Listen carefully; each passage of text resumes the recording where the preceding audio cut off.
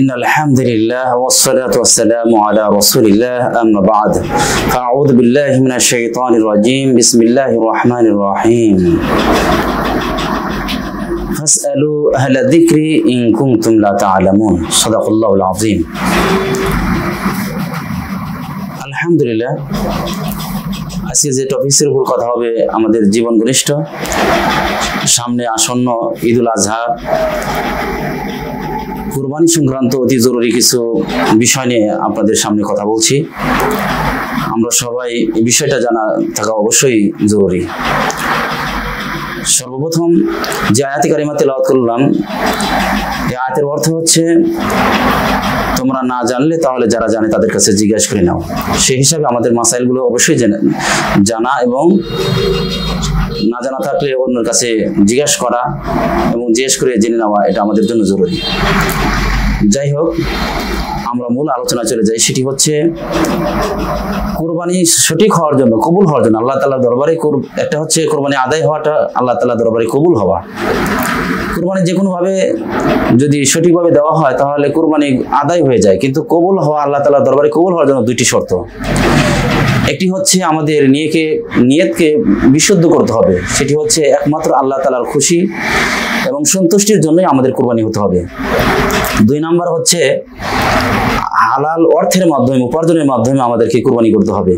যদি আমাদের অর্থের মধ্যে কোনো ধরনের ভেজাল থাকে, হালাল না থাকে, তাহলে ওই ধরনের কোরবানি আল্লাহ তাআলার দরবারে কবুল হবে না।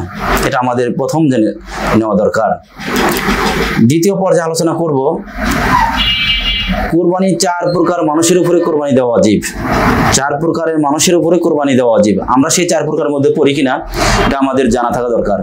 এক নম্বর হচ্ছে যার উপরে যাকাত ফরজ এবং সাদগায়ে ফিতর ওয়াজিব, তাদেরকে যাকাত আপনার কোরবানি দিতে হবে। আর কোরবানি কখন থেকে ওয়াজিব বা কয়দিন কোরবানি দিতে হবে বা দিতে পারবে এই বিষয়টি নিয়ে ইনশাআল্লাহ বিস্তারিত পরবর্তীতে আলোচনা করব। তাহলে চার ধরনের মানুষের উপরে কোরবানি দেওয়া ওয়াজিব। একটা হচ্ছে যার উপরে যাকাত ফরজ বা সাদকাতুল ফিতর ফরজ ওয়াজিব।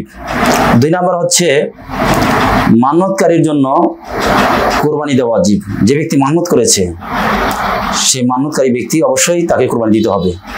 আমরা অনেকে মান্যত করে থাকি যে এই গরুটা যদি বেঁচে যায়, অসুস্থ হয়ে গেছে, বেঁচে গেলে যদি আল্লাহ পাক বাঁচিয়ে রাখেন তাহলে আগামী বছর কোরবানি দেবো, তাহলে ওই কোরবানি অবশ্যই তাকে দিতে হবে।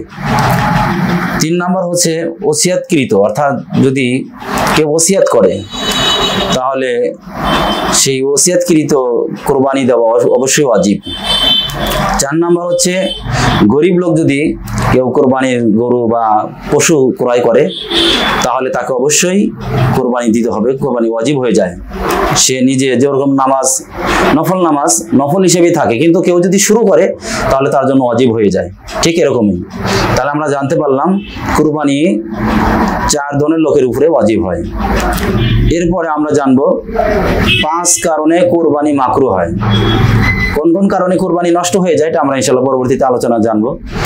এখন আমরা জানবো পাঁচ কারণে কোরবানি মাকরুহ হয়ে যায়, যেটা পরিপূর্ণ সওয়াব পাওয়া যায় না। এক নাম্বার হচ্ছে পশু কোরবানি করেছে ঠিক, কিন্তু সেই পশু দ্বারা সে নিজে কাজ করে, তাহলে যদি কাজ করে নেয় তাহলে সেটা দ্বারা তার কোরবানি করলে কোরবানি আদায় হবে ঠিক, কিন্তু মাকরুহ হবে। দুই নাম্বার, অনেকে দেখা যাচ্ছে গাভী দ্বারা কোরবানি করে, গাভী ক্রয় করেছে আগে, সে থেকে দুধ দহন করে সে নিজে পান করে, অনেক ক্ষেত্রে দেখা যায়, তাহলে যদি নিজে দুধ দহন করে পান করে তাহলে এটা তার জন্য মাকরুহ হয়ে যাবে। তিন নাম্বার হচ্ছে কোনো গাভী গর্ভবতী জানা থাকা সত্ত্বেও যদি কোরবানি করে তাহলে এই ধরনের গাভী দ্বারা কোরবানি করা মাকরুহ। চার নাম্বার হচ্ছে জবাই করার পূর্বেই পশুর চামড়া বিক্রি করলে সেই কোরবানি মাকরুহ হয়ে যায়।